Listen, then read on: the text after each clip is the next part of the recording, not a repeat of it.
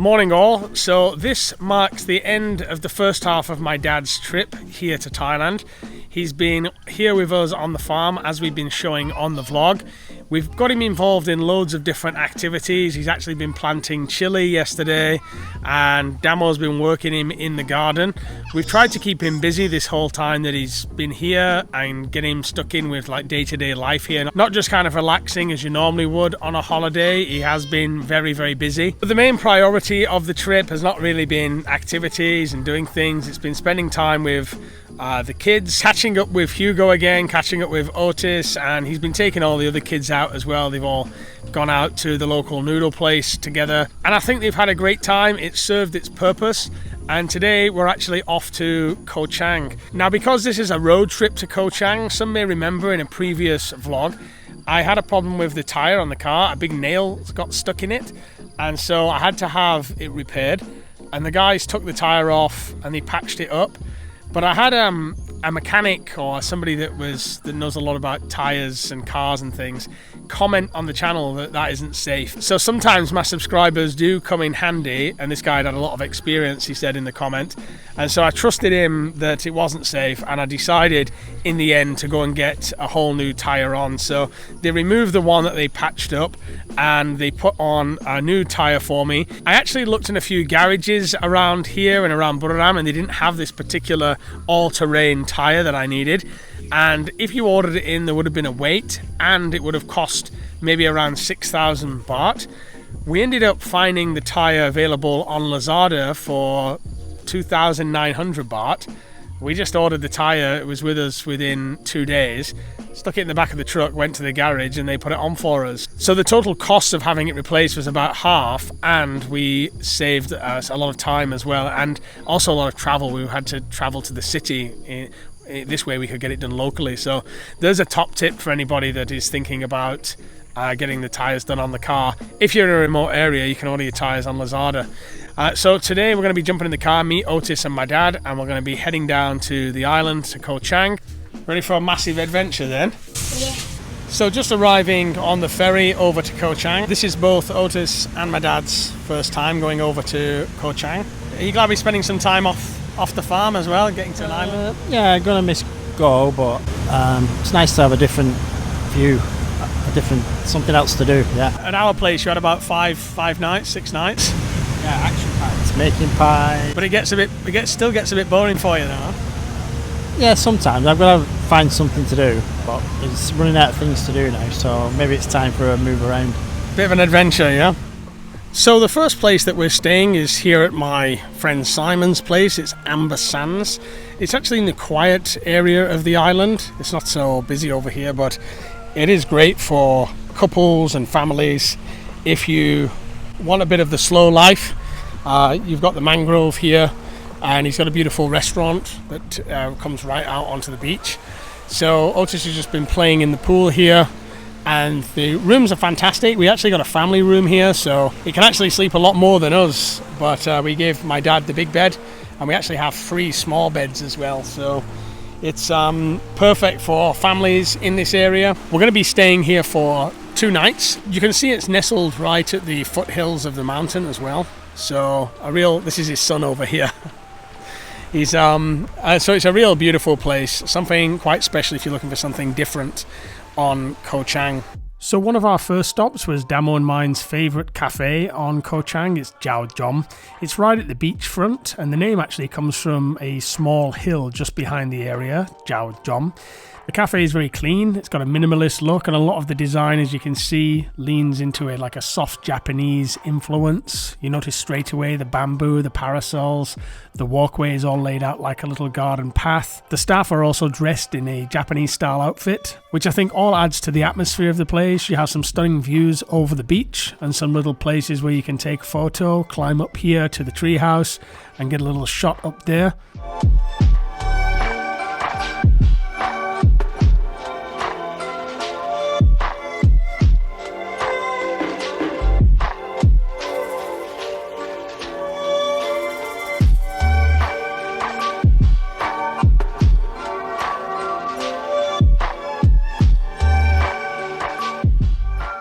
There's a lot of indoor seating and we sat inside to avoid the wind, and it's quite cold at the moment. So you have the garden on the beach, but it's usually nicer when it's sunny and warm.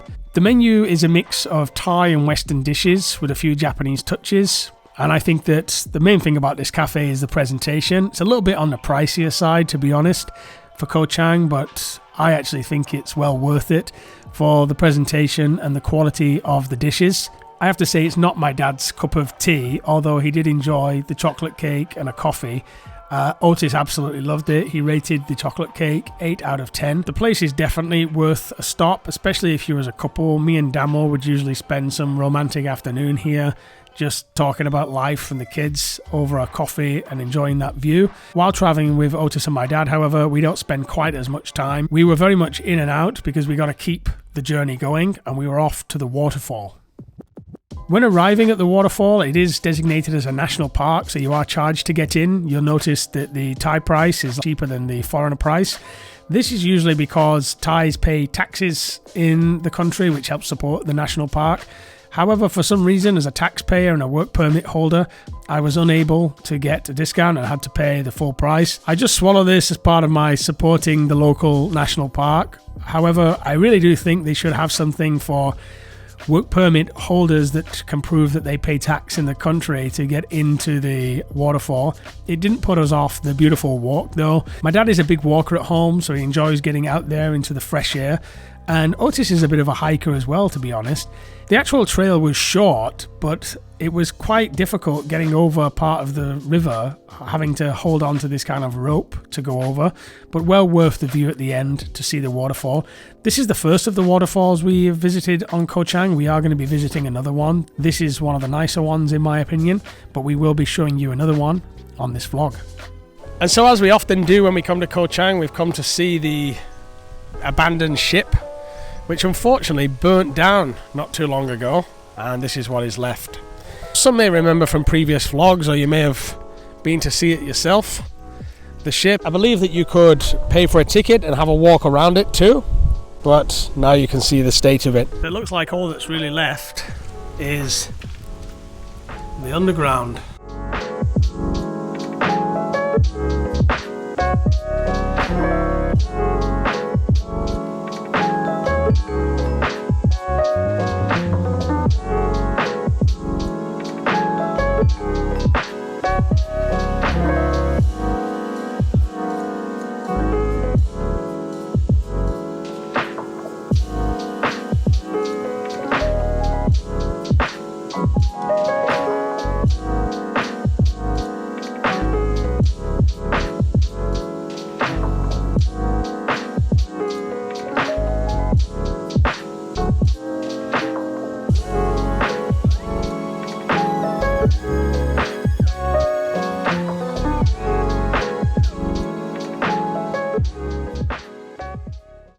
We took the opportunity to have a little drive around the island, visit some of the beaches. Of course, Otis doesn't see the beach much, living in rural Thailand where we are. He sees the rice fields, so there's not many beaches around to see. He always loves to build the sandcastles on the beach, have a little play in the sea. And there are many different beaches on Koh Chang to see, from white sands. We also stayed up at Nature Beach, which is one of our favourite areas to stay, somewhere Damo and I stay every time we come. I mentioned Damo and I because this is basically our island. It's where we come once a year as our kind of getaway, just no kids, that sort of thing. And so a lot of my memories here are with Damo, who is not joining us on this trip. On this trip, we've basically been all around the island. Our other key stop was at Bang Bao, where you can get some shopping done, buy some souvenirs, have a little walk down the pier and watch the fishing boats there. This is where a lot of the divers will go out, and obviously the fishermen to go out to fish. This is a nice little spot. Have a coffee, spend an afternoon in Bang Bao. Certainly worth it.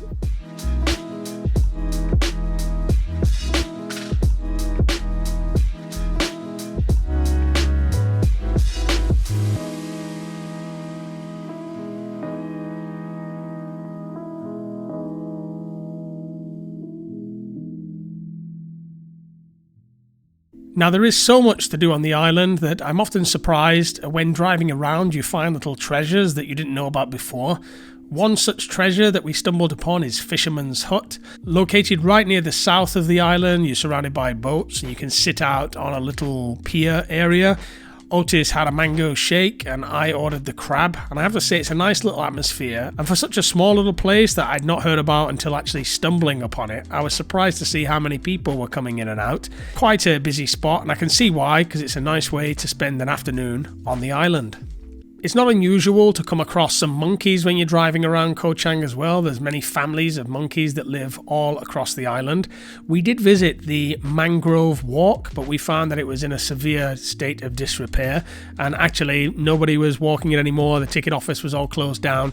So instead what we did is we found a nearby hotel called the Tree House, which was also set in the Mangrove area, and had a little adventure around there. There was certainly a number of weird and wacky things to see, including what I call the dead pool table and the special sink where you can wash your hands and your feet at the same time. This particular place you can stay, and the rooms were quite nice. They had both air conditioning and fan rooms. At this time of year, to be honest guys, you only need a fan room. Me and Otis actually bought a fan from Big C for the room, and we didn't even use our aircon in the rooms that we stayed in on the island, even though we paid for aircon rooms, simply because it was just so cold at night at this time of year. One of the places I've returned to again and again with the channel over the years is Rasta View. It does always change each time I come. They always add new, interesting vehicles. It's always well presented. It's always smelling a bit funky, of course, and people having a smoke of the herb. What I did notice now, though, is predominantly run by the women. Before, you would be greeted by some rastas, and it would be a place where people would go and buy their smoke, even before the times where it was always plentiful on the island. Now it seems like the girls have taken over, and it's a great place to catch a mango shake and admire the view off the hilltop.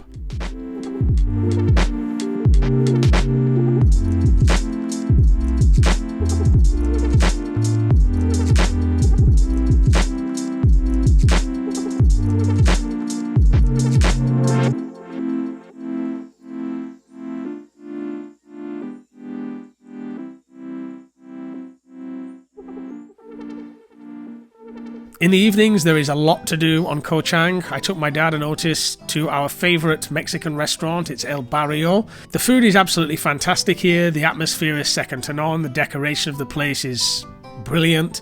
I love to spend some time here and chat and eat their fantastic Mexican food. It's just something that we don't get a lot of in rural Thailand, so it becomes a real treat.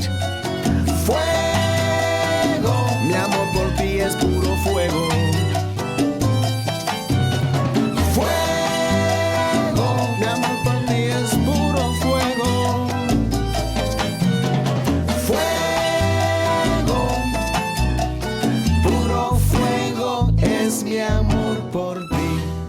Of course, what I've been showing you of the island here all took place over the course of 5 days. I didn't spend all the time filming, as I obviously want to spend time with my dad and Otis, but I think I've captured the main parts and the main places that we visited and shown you a good view of Koh Chang. As a final farewell to my dad, we decided to go on another hike and see another waterfall in the area. It's a little bit longer than the previous waterfall that I've shown you on this vlog. It is a longer trek, but it is a real beautiful waterfall as well. And I thought we'd take the opportunity to ask my dad about his trip and see what his thoughts and feelings of it were, and say a goodbye to him. He is now leaving, and it could be 1 to 2 years before he returns. So let's have a little chat with my dad by the waterfall. Alright, so I thought I'd finish the vlog off here from our trip and your trip to Thailand. How have you found it this time round? Yeah, quite action-packed. Ryan's been a good host and Damo has been a good host. Nice to see the kids. Spent some good time with Otis. Done a lot. Second waterfall. Ghost ship. Yeah, food's been good as well. A few instances where it was just okay, but generally very good. What's been your favourite part of the trip? Basically just seeing the kids making pies with my son. Showing my son how to make pies. So I have been to Thailand before and he's made me make pies before, but he's never got involved.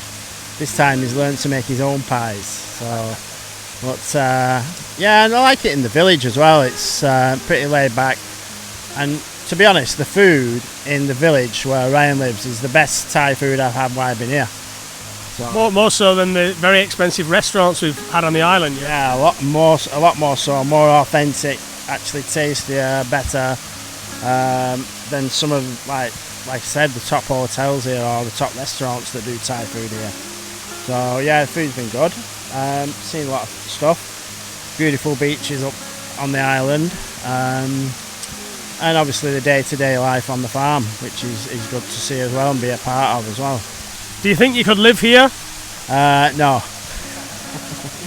I mean, this is quite a cool time of year, and this is like sort of hot enough for me. So at home I quite like the cold, wintry weather. As long as it's not raining, the cold, wintry weather just does me fine. So I'm not a moaner about the weather in England. A lot of people moan about the weather, but I don't mind it as long as it's not raining. But yeah, it's nice to have the nice change of being nice and warm and not having to worry about which jacket should I put on or.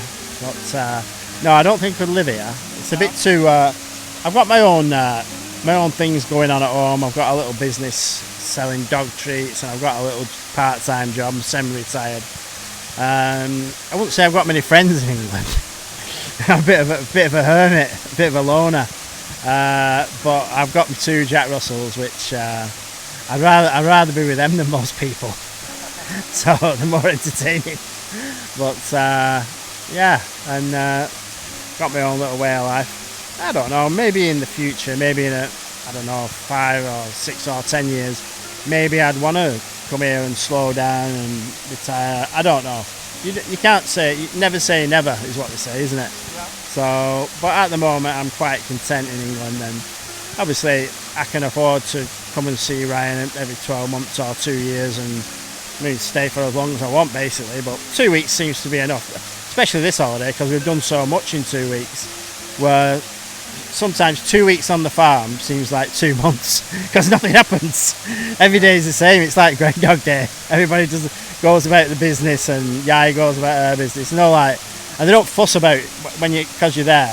Oh, we better fuss over him because of visiting. No, just go about the normal business, and you've got to try and get involved in what they're doing, not the other way around. They don't come and get involved in what you're doing, so you keep going over and see what's going on, and yeah, it's been good. What was the highlight? Did I already ask that already? Yeah, basically seeing the kids really, and spending some time with Tis, and Hugo's come on leaps and bounds, and he never stops running around, so he's turned into a bit of a character. Next time I come, it'll probably be even better because, Hugo will be a bit older and he'll be chatting and one thing. I'm sure he'll be learning to speak English by then as well. Yep. But anything I say in English, he repeats me, so he'll soon pick it up. I'm sure he's a clever kid. And Otis has been great, yeah. He's been a really good boy. He never moaned, never cried, never complained. He's ate his weight in chocolate cake, and rice and eggs. That's what he eats. Right then, well, till next time. All right, till next time. Catch you later.